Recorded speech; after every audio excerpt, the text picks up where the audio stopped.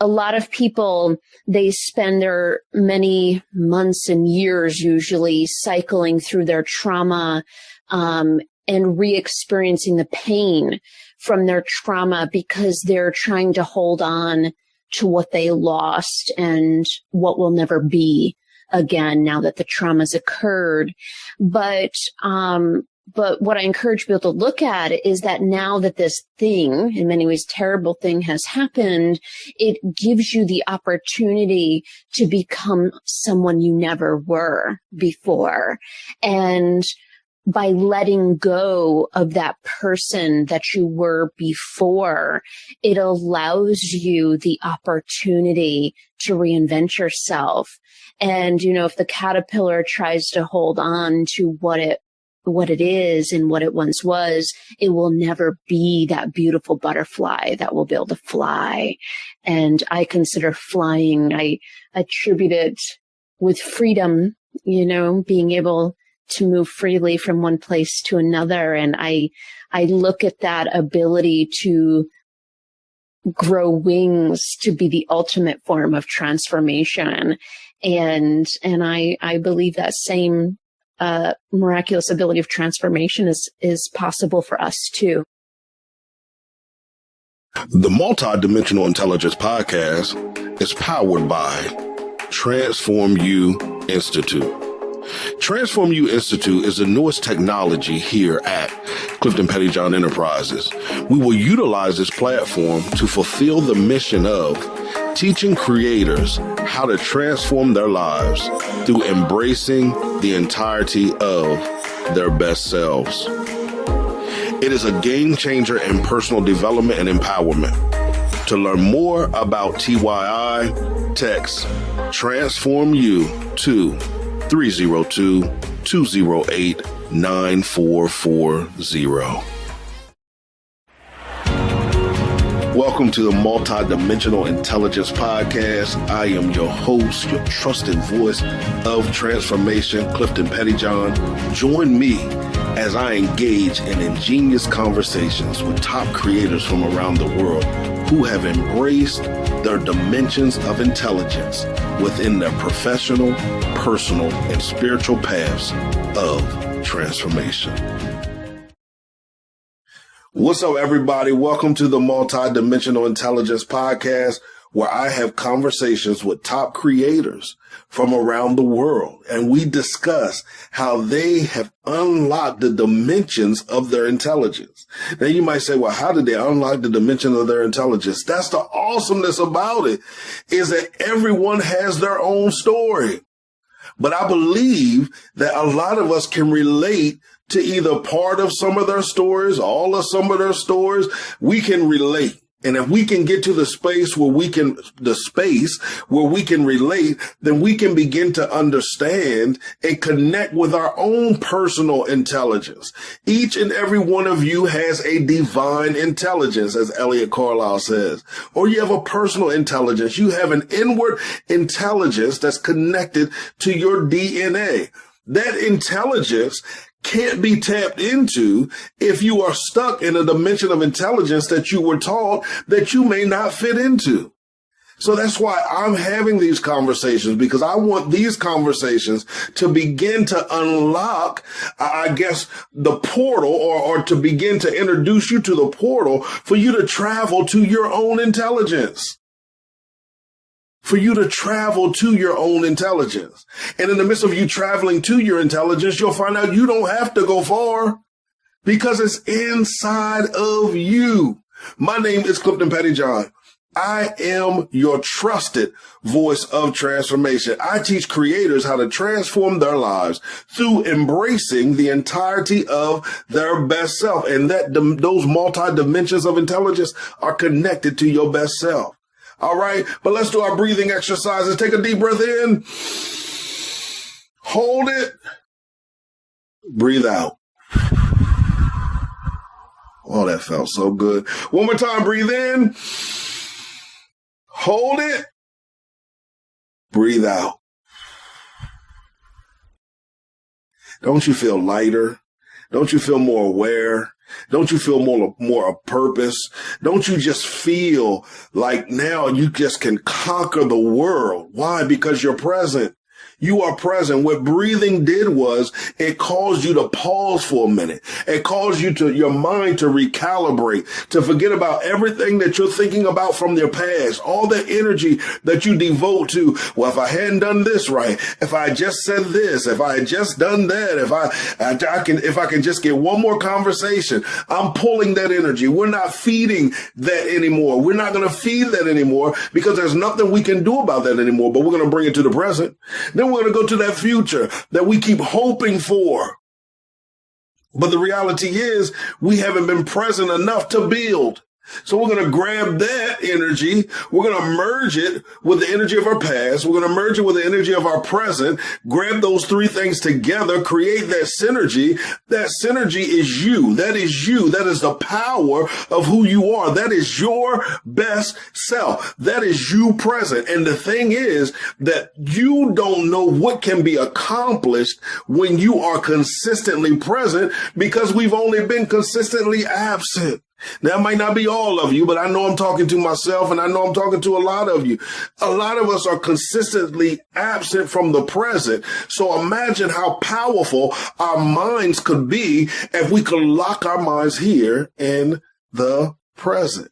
And we don't have to imagine that. That's the whole purpose of this show. The whole purpose of this show is to keep us focused here on the present.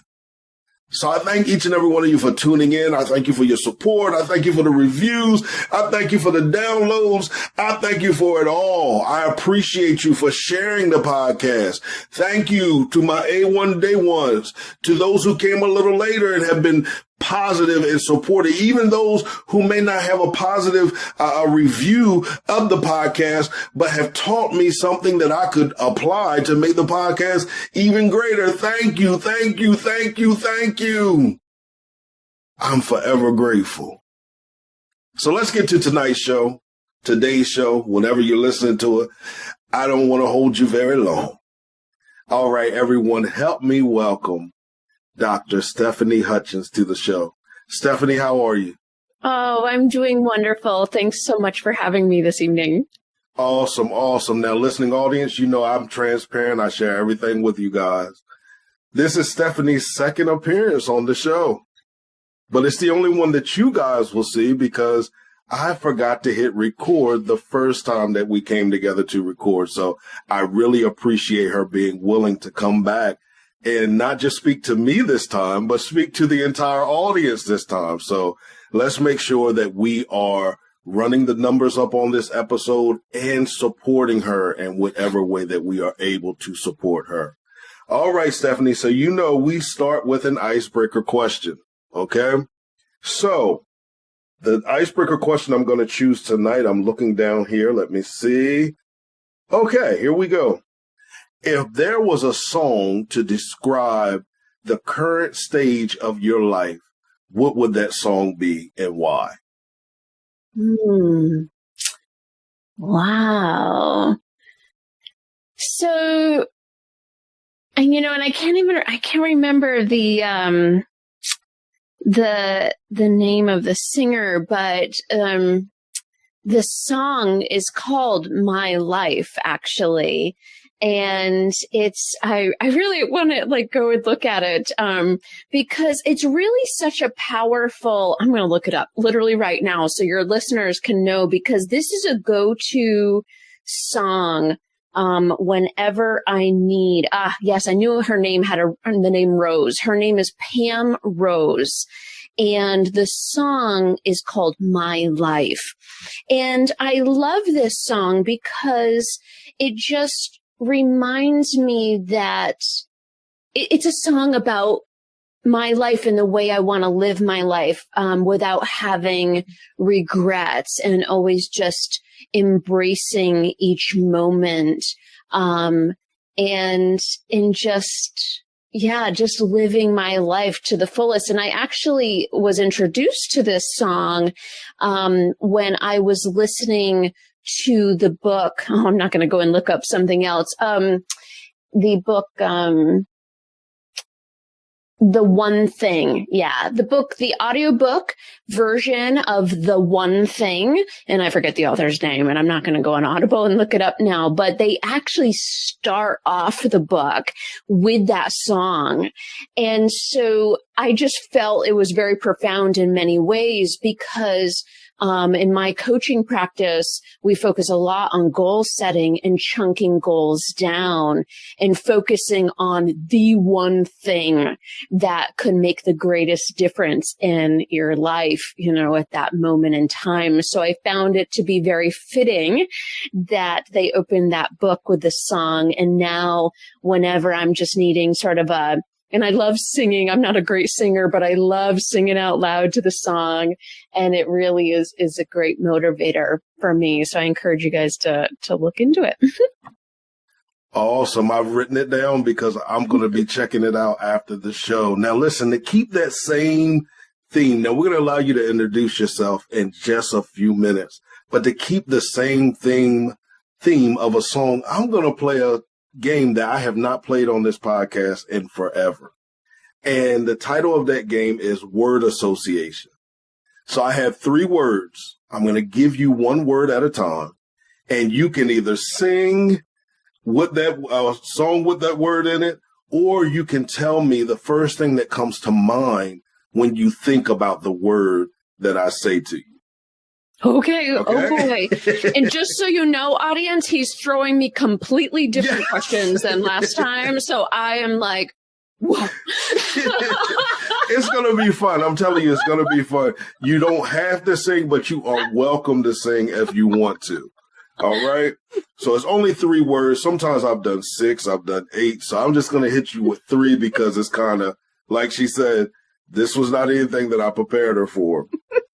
So the first word is goals.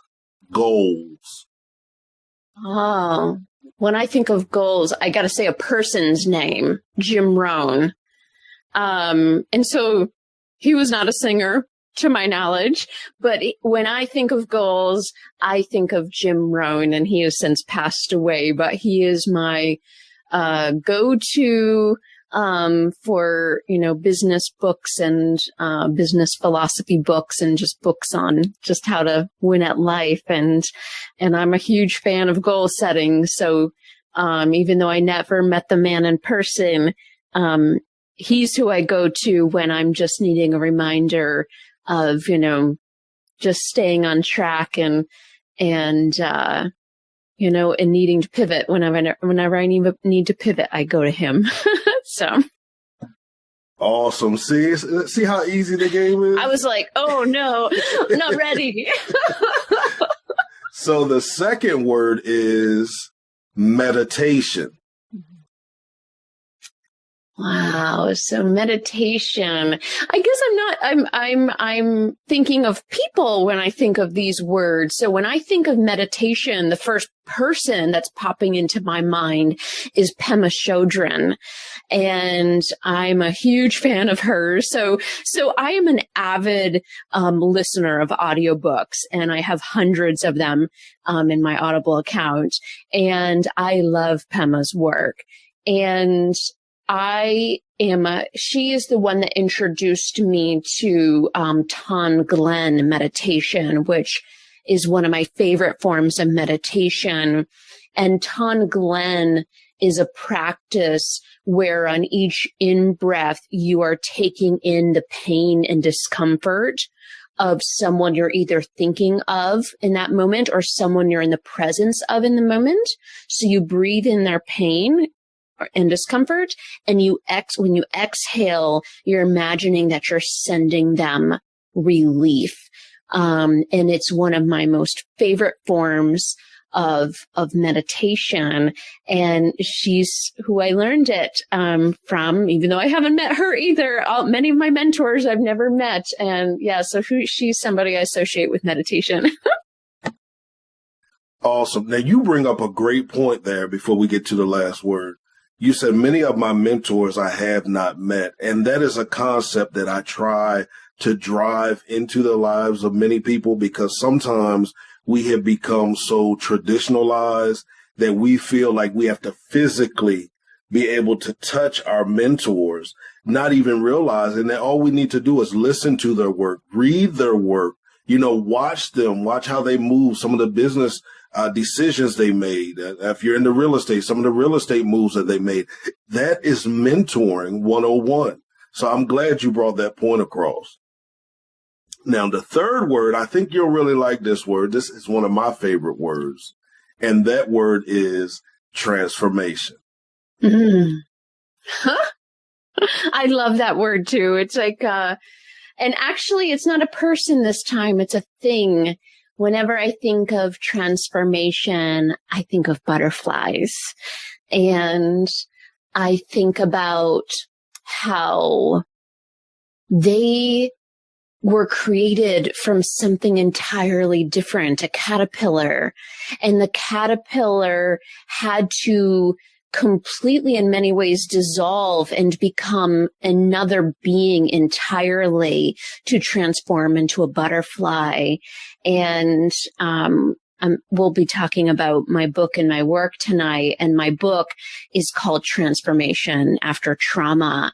And a lot of people, they spend their many months and years usually cycling through their trauma, and re-experiencing the pain from their trauma because they're trying to hold on to what they lost and what will never be again now that the trauma's occurred.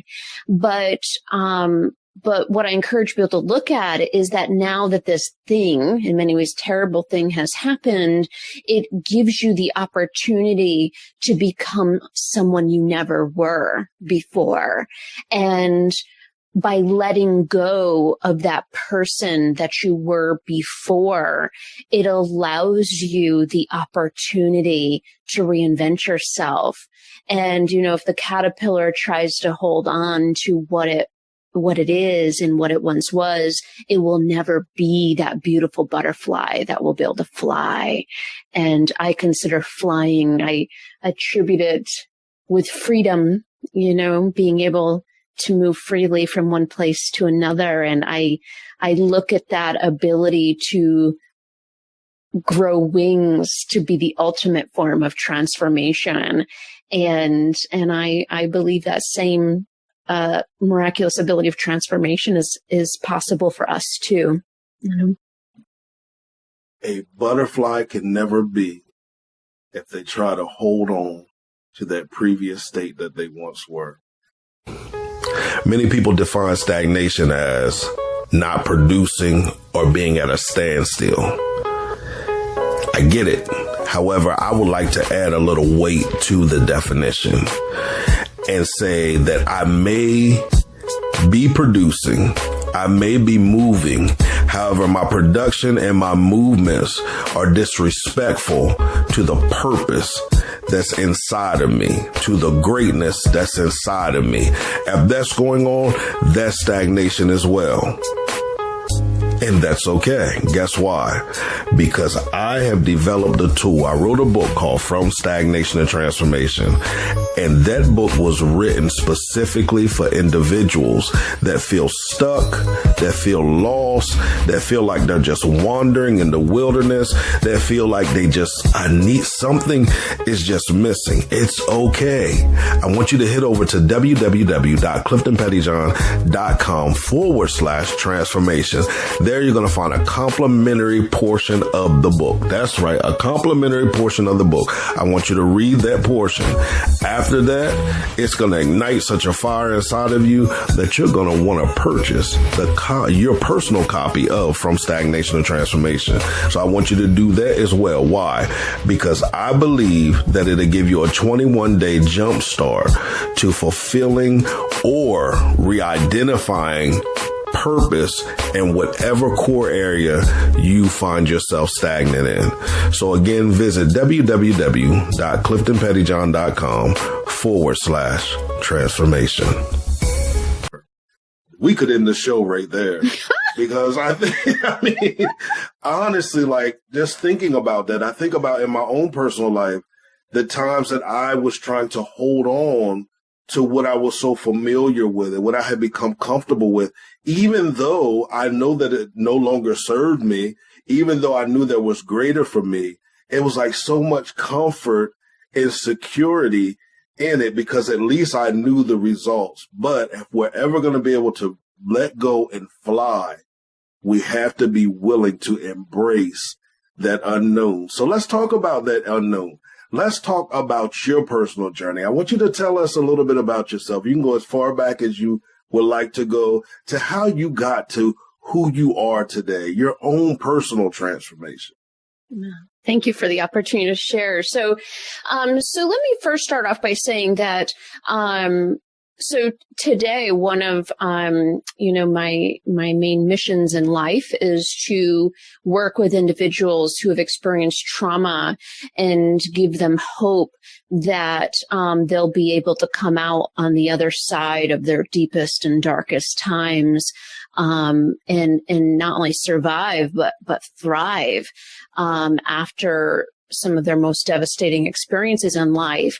And the reason I'm so passionate about doing this work is because I experienced many dark years in my life and just thought that that's what life was it's just a painful experience. And so I experienced a lot of trauma during my childhood and particularly my adolescent years. And a lot of the trauma I experienced was at the hands of people that I was supposed to trust and that were supposed to love me, but instead they hurt me. And then when I was 24, I finally found a man, the first man who made me feel that I was lovable and who just loved me in ways I never imagined. And then a year later, I found him dead. And I just, my one bright light just went out. And so here I'd been so scared about what was lurking around every corner because for years I had experienced so much pain. And then I got this glimmer of hope, this man who brought so much joy into my life and love into my life. And then like that, just in one day, he's gone. And my world just came crashing down at that moment. And I reached some very low points. I wasn't bathing for days. I couldn't work. I was just, in many ways, just falling apart. And what happened is that, because I my work wasn't working at that time. My mother was, supporting me financially during that time, in a time where she didn't even have the means to do so, but she did. But I just kept falling further down, and I was becoming more self-destructive. And finally she put her foot down and said, enough is enough. Stephanie, you have to get help or I'm not going to be able to continue to support you. And that was, of course, very hard for me, but it was actually one of the best things that she could have ever have done for me, because I don't even know if I would still be here today if it wasn't for her drawing the line in the sand.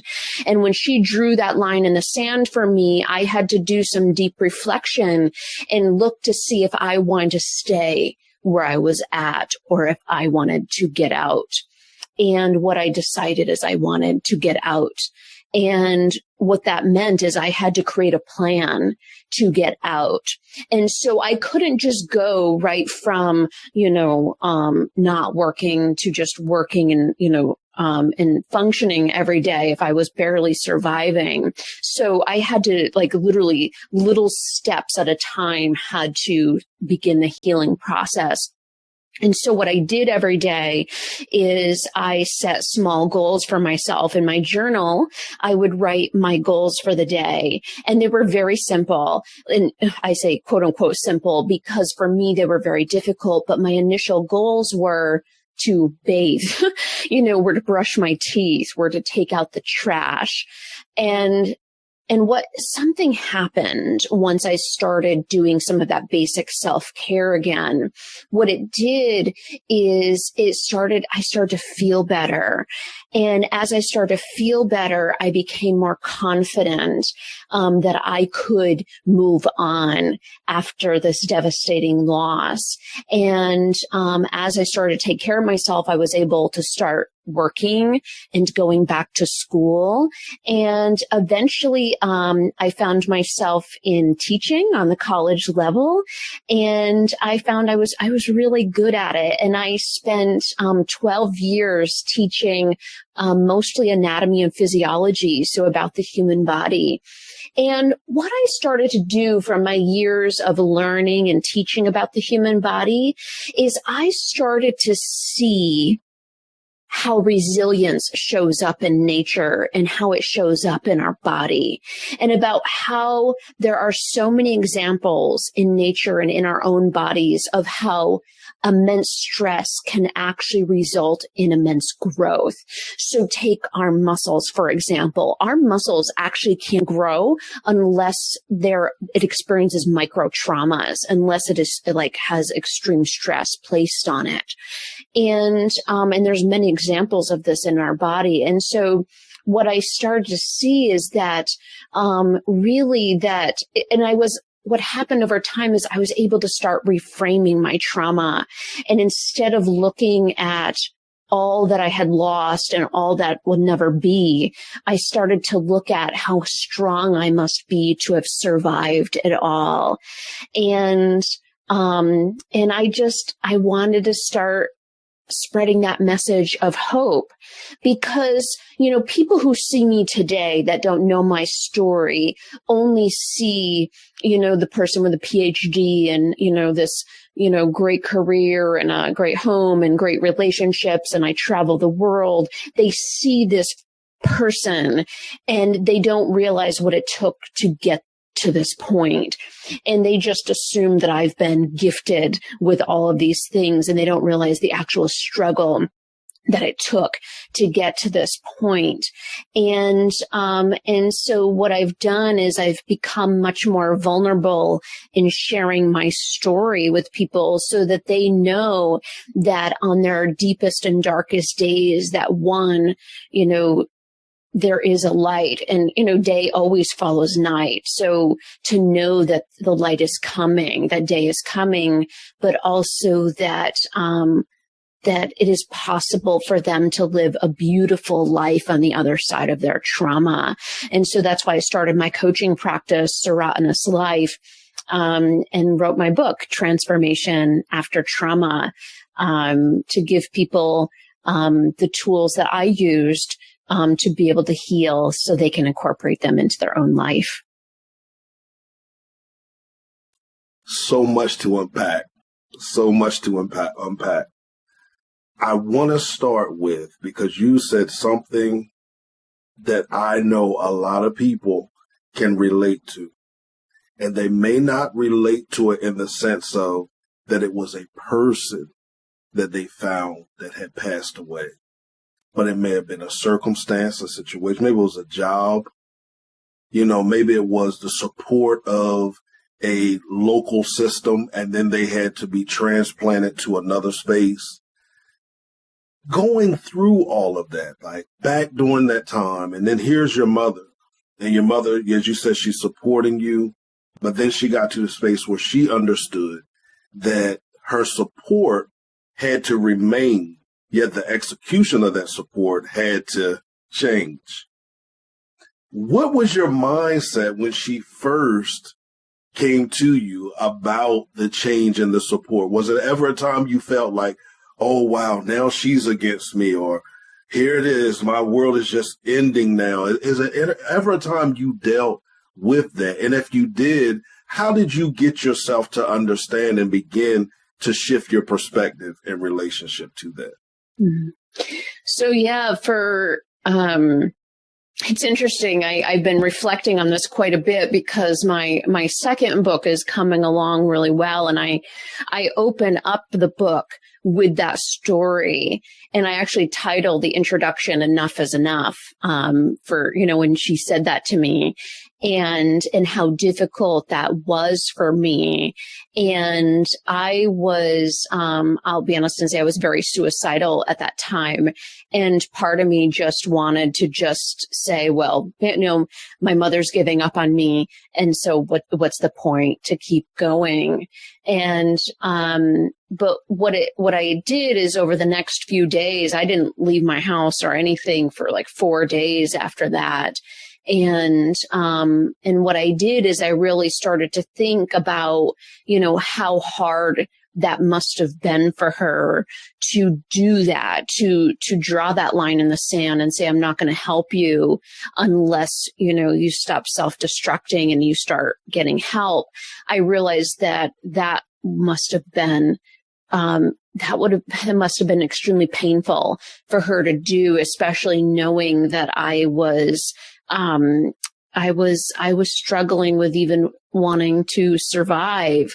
But what she had to make a decision is like, cause I wasn't doing it, even though I had reached that really low point, I wasn't getting the help. And part of it was that I had unfortunately found myself with a therapist that, sort of re-traumatized me in many ways. And so I was scared of getting help and I really didn't know where to turn. And so I looked at like just not only how difficult that must have been for her, but also like, I just had to ask, like I was sat there and reflected on everything that was happening in my life at that time. And I was drinking all the time. I had put on an immense amount of weight. I had sleep apnea and high cholesterol before the age of 30. And I was just falling apart and realized that I had a choice. She was giving me a choice. I could either, keep falling down further, or she was giving me the option to get out.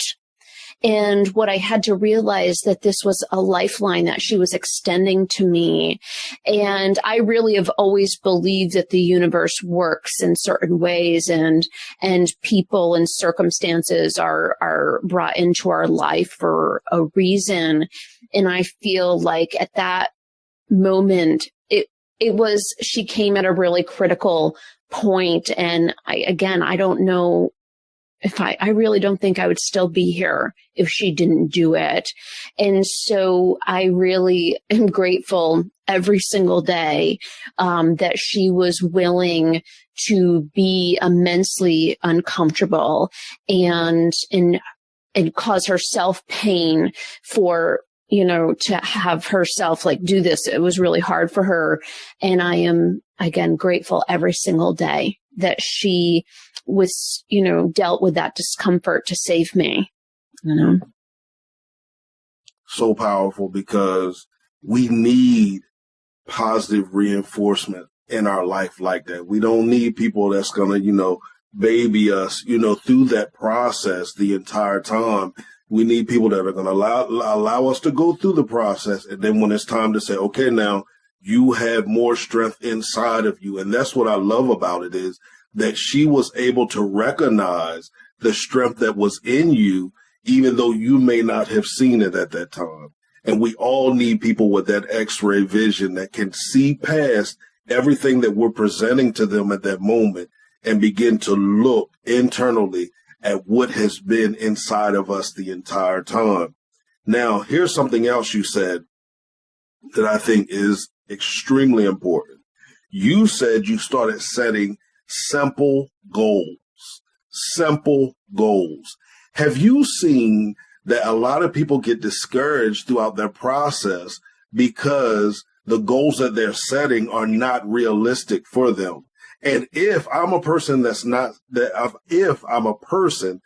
setting unrealistic goals, how do I begin to take a step back and begin to bring forth or to create realistic goals that are obtainable for me and yet at the same time challenge me to grow and develop? Are you enjoying today's episode? I can hear y'all now saying yes, getting hype. I see it. I already see it. Now, another question. Would you rather experience these episodes without ads? Some of you, I know you would. So guess what? We've created an ads-free program for you. So I want to get that information to you. So here's what I want you to do. Text ads-free to 302-208-9440. Enjoy the rest of the show. What's up, everybody? My name is Clifton Pettyjohn. I am your trusted voice of transformation. I teach creators how to transform their lives through embracing the entirety of their best self. Cliff, what's my best self? My best self is when I gather the energy from my past, gather the energy from my future, merge it with the energy of my present, create that synergy, name that synergy what? Best self. Why is it my best self? Because all of my energy now is present in this moment. I can take advantage of tools, techniques, strategies that are being released to me. I can take advantage of opportunities that are afforded to me. Why? Because I am present. If you want to talk more about the best self, or you want to be involved in the community that we are building and we are developing, I want you to text the word transform you to 302-208-9440. So this is a very common issue that many people have, is that they set goals that are really unreasonable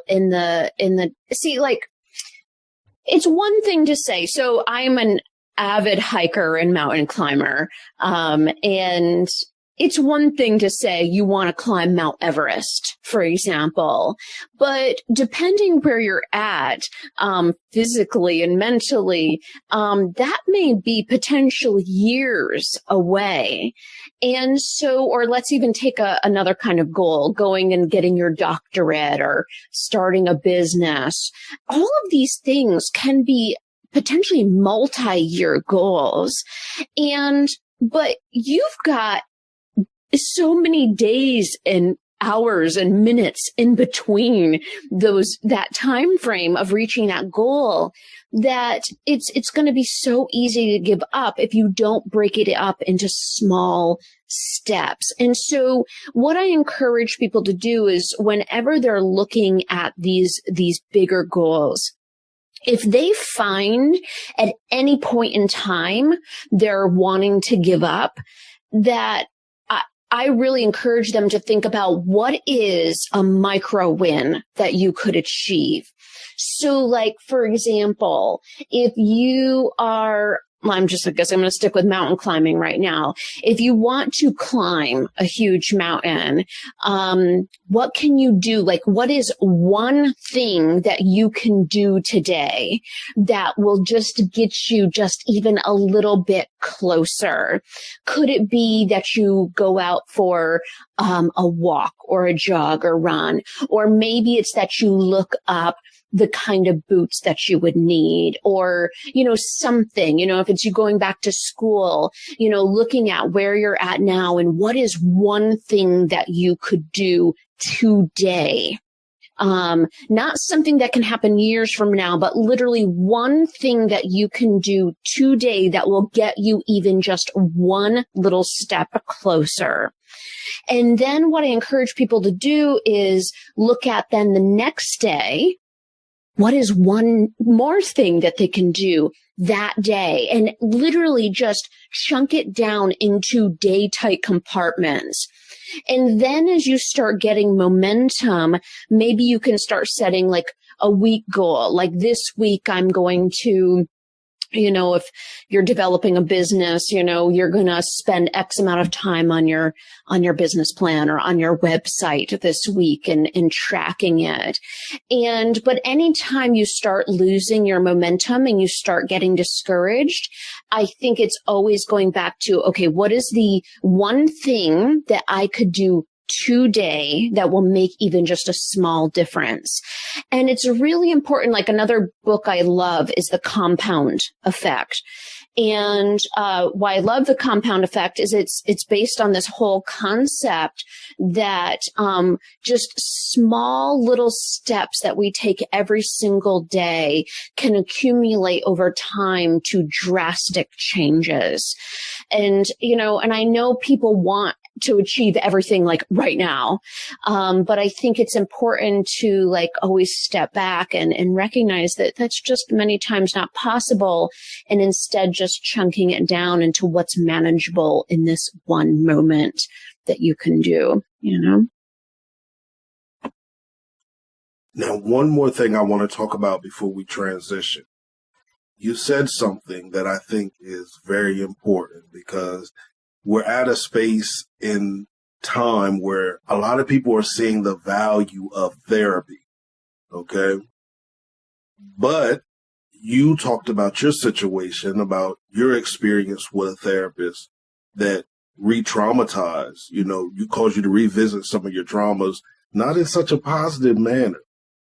How does one pick the right therapist? And there may not be an answer to that.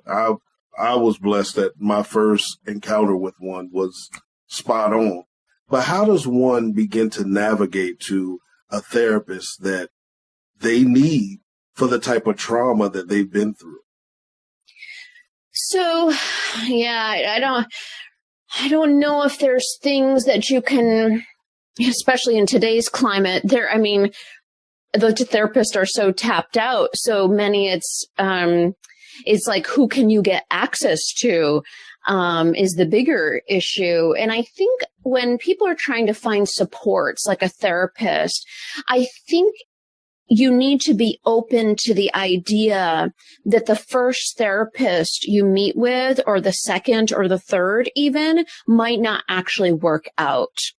And I don't say approach your first or second or third therapist with the expectation that it will be an immense fail, but just be open to the idea that not everyone's going to be a good fit for you. I mean, you're sharing some very intimate details of your life with these individuals, and you have to really feel connected to them. And so, and I don't even think it's about finding someone even necessarily that specializes, like in my case, in trauma. Do you know the therapist that has served me the best she doesn't specialize in trauma. But the reason I love her so much is because she has always acted as a partner in my journey. She's never been one of these clinicians that act as though she is like, the holder of all answers and she's going to guide me, she's always instead walked side by side. I just felt like she was a partner with me, and she never pushed me faster or farther than I was ready to go. And I don't really think that there was anything on her profile, because I was actually, the one I found was the one that my mother, when she told me enough is enough, you have to get help, she had given me a name of a therapist. My sister had asked around, and this person that she gave to me when she said enough is enough is actually the therapist that changed everything for me. And again, when they were looking for her, and if you look at her profile today, there is nothing that screams out loud and said she is the perfect person for somebody who's experiencing trauma. But I took a chance, and it ended up being, she was just perfect for me. And so I think it's important to be open to people with different backgrounds, and that they don't necessarily have to have, in many ways, all of these credentials to be of benefit, because a lot of times all we're needing is a partner to share our life experiences with, and somebody who can be a witness to our story and can be an objective observer and who has distance from it. So I don't really think that necessarily takes people with experience other than being able to sit with somebody and be able to be an empathetic witness for them. And so, yeah, I guess it's really just about, I guess it's a lot of trial and error and not giving up if you find somebody who is not good for you. You know, just making that break when you realize that it's not a healthy fit and just being open to trying someone else out that might be a better fit for you. Definitely great advice. Now we're going to transition. And I want to talk about your business. But before we talk about your business, well, I guess it's a segue into talking about your business. I want you to share with us your ideal client. Oh, interesting. So you guys know, again, this is a completely different interview tonight. So it's really wonderful, actually. I was like, oh, I'm getting different kinds of questions. My ideal client. So my ideal client, so I am not a clinician. So I am not a therapist. And so I do not specialize. I am not for people who have just experienced trauma and are looking for somebody to process the trauma with. I am a life coach. And so what coaches do is they help you identify where you want to be and figure out a plan to get you from where you are currently to where you want to be. So how do you fill in those gaps? So coaches don't do little to no work of going backward. They look at where you're at right now and where you want to be and help you devise a plan to get there. And so for me, my ideal client would be somebody who has experienced trauma or extreme hardship in their life, and they are overall surviving every day. You know, they're working, they have relationships, and they're overall functioning in day-to-day life, but they're not really feeling like they're living the life that they want to live. And they feel they're being held back in some way. And they feel that it's likely their traumatic experiences that have held them back. And so, and they want to like break that chain and have that, you know, the trauma stop holding them back from the life they're wanting to live. And so those are the clients that I work with where they're functioning, but they could do better. And so we work on the belief systems, that are holding them back and really reframing their experiences, so that they can move forward. So I guess I'm also need clients that want to move forward and want to experience life in a way that's different than what they're experiencing now. That's great. That's great. Yes, it is. I just go with the flow. Like I feel a different flow tonight. So that's why it's like totally different than the other night. Mm-hmm. But that's the flow that I feel tonight. So let's talk about your business now. I want you to tell us how you came up with the name of your business, the whole concept of your business. And then we're going to talk about your book. All right. So again, my business name is called Serotinous Life. And, a lot of people are like, Stephanie, why did you choose a word in your business that people don't even know how to pronounce or they've never even heard of? Like people think that was an immense fail on my part, but I am like dug my heels into the ground and I'm sticking with it because, it's deeply meaningful to me. And so, again, I've been a biology professor for many years. And so serotiny is a biological concept. And, if you look at my business logo, it's got a pine cone in it. And it's because there are pine cones that are considered to be serotinous cones. And serotinous cones are found on trees like the giant sequoias out in the West Coast in the United States.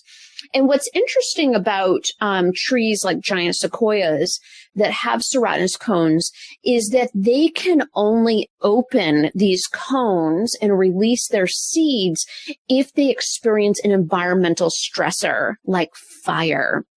And so the giant sequoias are actually the largest trees on Earth, and they're threatened with extinction right now. And one of the reasons they're being threatened with extinction is because of the years that humans prevented forest fires from moving through.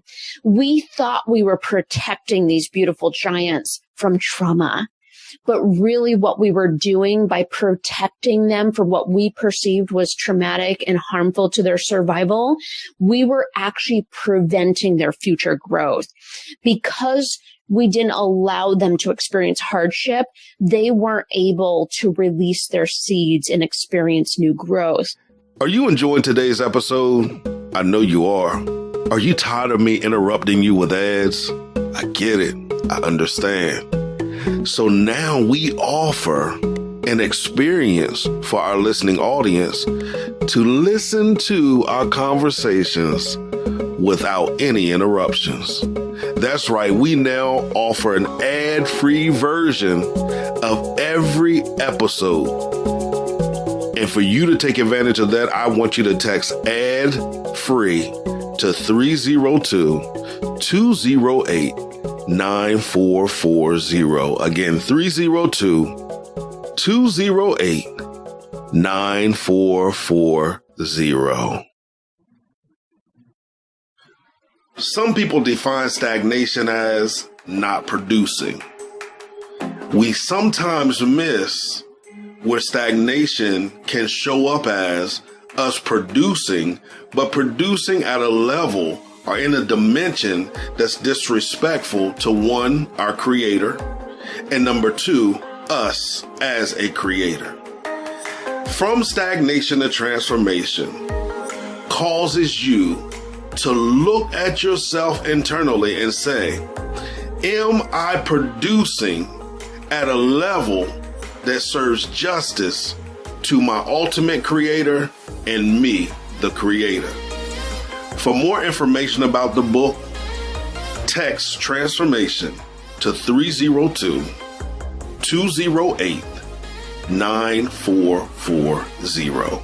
Why I chose this concept of serotinous life for my business is because many of us, especially after we experience trauma, spend an immense amount of energy trying to prevent other hurtful experiences in the future, because we're afraid of experiencing more pain. But in reality, some of our greatest struggles trigger some of our most immense growth in our life. And I have experienced a lot of what people consider success in my life, and they're surprised at how young I accomplished a lot of what I have in my life. And I really look at all that I've done and all that I've experienced, and at the age I experienced it all, and I know that it's in direct proportion to my trauma. Like, I feel that the more struggle you have to endure, the greater the reward is going to be on the other side of it. And so I encourage people, instead of trying to resist the struggle, to embrace the struggle and what could happen on the other side. And you have to know, it's not like I say, I welcome trauma in my life, but I don't spend an immense amount of energy resisting circumstances that are completely out of my control in many ways.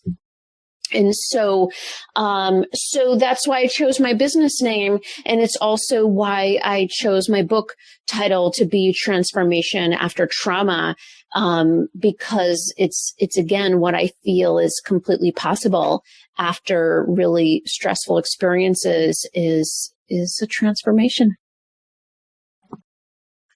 First, to the business name. To have put so much thought and detail into it. Like, as you were explaining it, I was like, wait a minute, we are them pine cones. And sometimes I always talk about how sometimes the people that love us think they're protecting us because they don't want us to experience trauma. They don't want us to experience hurt.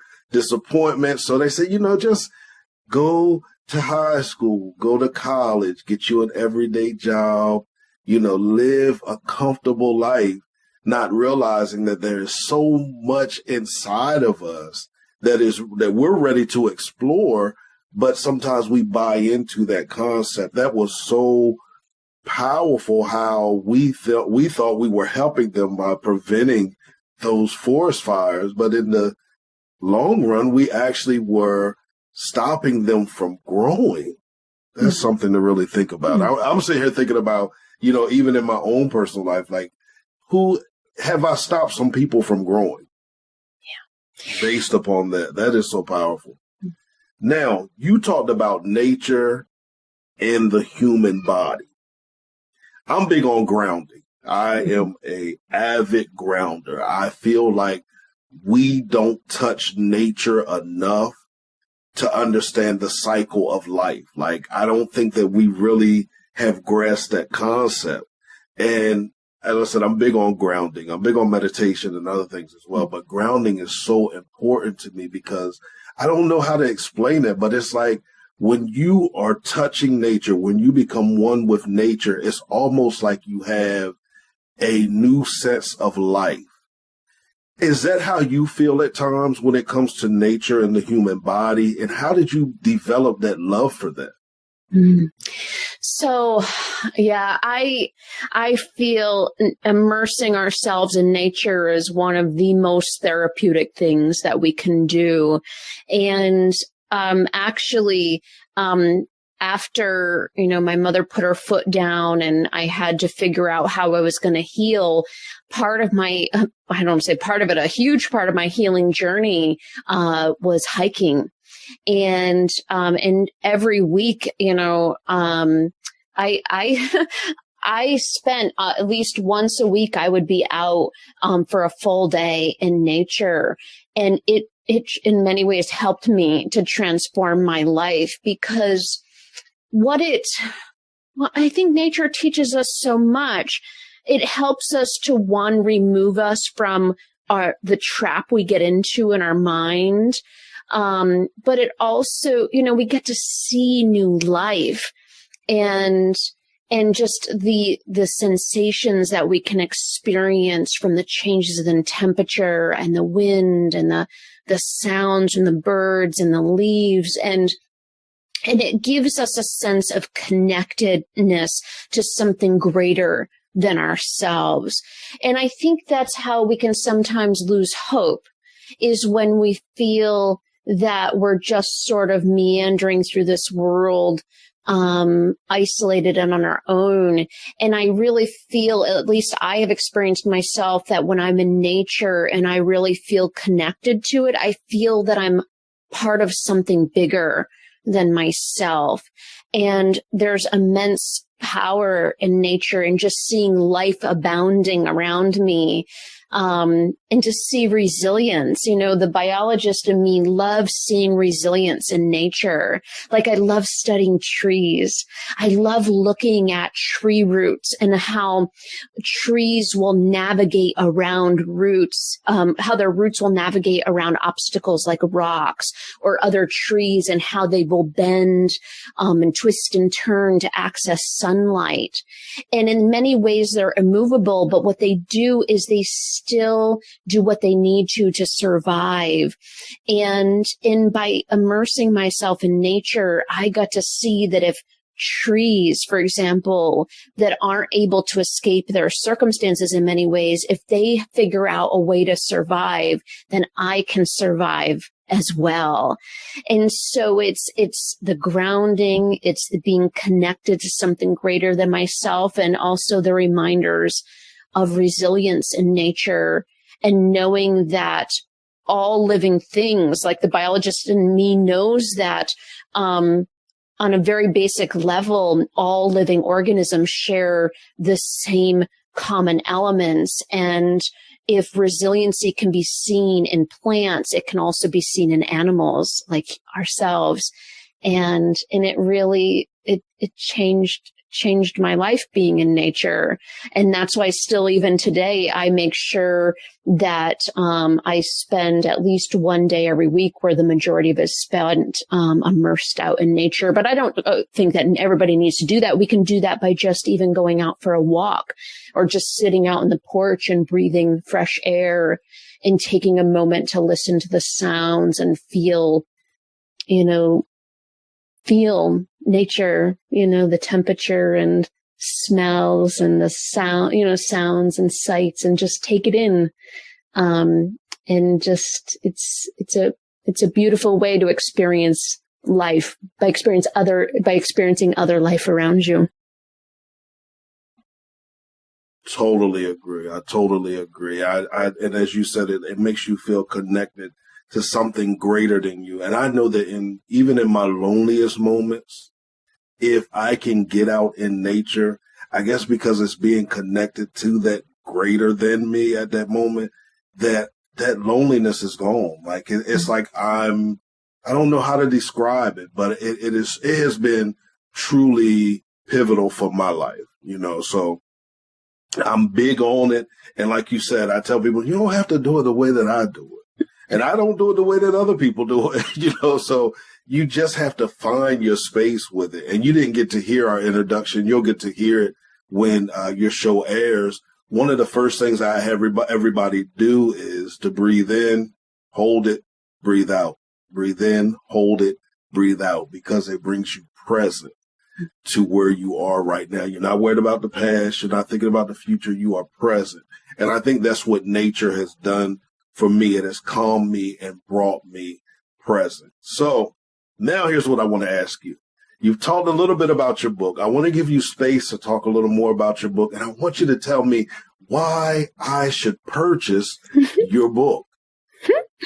So my main audience is, of course, aimed towards individuals who have experienced tremendous hardship in their life. But it's really a tool for anybody who's just feeling that life is just testing them and pushing their limits, and they're really just needing different tools for experiencing life, in a different way than they are now.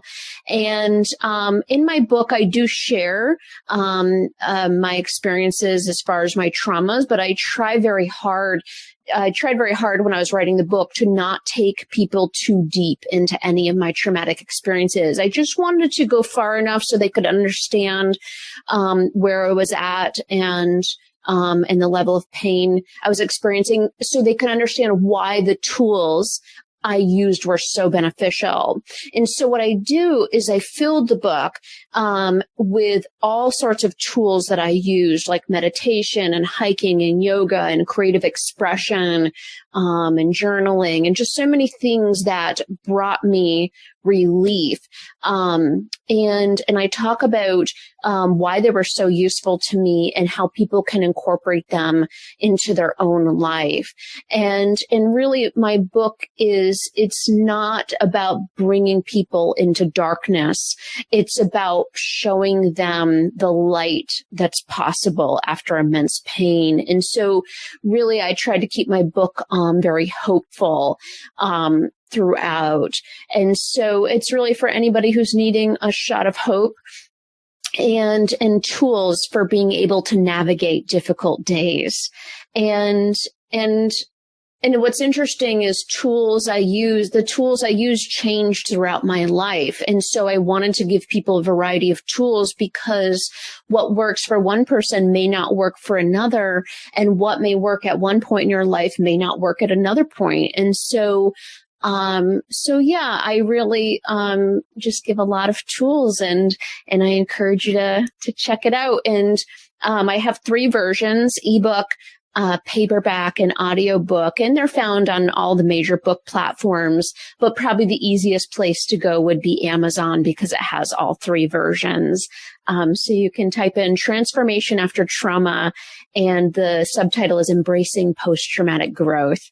And, and reach out to me if you have any questions along the way once you're reading. Awesome. Now, we are here at the end of our conversation. So here's what I want to do. I want to give you an opportunity to give everyone your social media handles, your website, how they can contact you if they're looking for a life coach. I also want you to I want you to take us home with something that's going to get us up out of our seat and have us motivated, ready to run on after what we've experienced in life.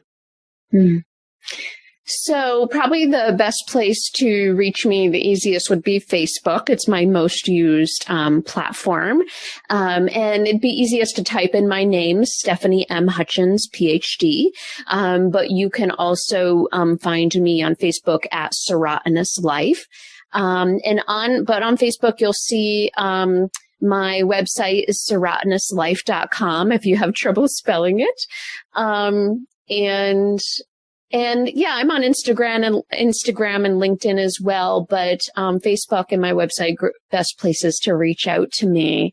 And I guess I'm going to approach it a little different than just movement. I think what I want to say is that what's even more important than movement is just being patient with yourself and meeting yourself where you're currently at. And it's so easy for the rest of the world to tell us the pace at which we should be moving and where we should be at different stages in our life. And I think what you should do is really look at, where are you at now and where are you at and are you happy there? And if you're not, what is one thing that you can start doing today? And what I tell people is if they're not sure where to start and what aspect of their life, career, family, friends, I say to pick health, because if you don't feel well, you're not going to do a good job in really any aspect of your life. So I encourage you today to take one step that can improve one aspect of your life. And again, if you're not sure what area, pick health. And in that one area of health, pick one part of health. So pick your sleep, pick the level of, your water intake, what you're eating, whatever. Pick one thing and make one improvement to it today, and just something that'll benefit you. And don't make it big. If you're only getting 6 hours of sleep a night, try 6.5 hours tonight. If you're not exercising at all, go for a 5 or 10 minute walks. Just something small that you can do. But again, what I can't say it enough, to be patient with yourself in whatever path you're on, because none of our paths to reaching any goal are linear, and there's going to be, hills and valleys, and you're going to get bumps and bruises along the way. And so just, be patient with yourself and be patient with the process along the way. Stephanie, thank you so much for joining us on tonight and your willingness to come back and join us again on tonight. I assure you, we did record tonight, so you don't have to worry about me. Try to get you to come back on again for a session. We actually did get this one recorded, but thank you so much. To the listening audience, thank each and every one of you. I appreciate you. Without you, there would be no podcast. So I thank you for listening. I thank you for subscribing. I thank you for leaving your feedback. Here's what I want you to do. I want you to text the word transformation to 302-208-9440. Again, 302-208-9440. All right. Listen, as I always say, create a great day, walk with purpose, and by all means, execute your vision. Well, there you have it. That's today's episode of the Multidimensional Intelligence Podcast. If you want to be notified of all future episodes while having access to previous episodes, simply subscribe through your preferred listening platform. Also, if you feel inclined, leave us a 5-star rating and review. For those who want to remain connected to me and all things that I have going on, text me at 302-208-9440. Again, 302-208-9440. Until next time, peace.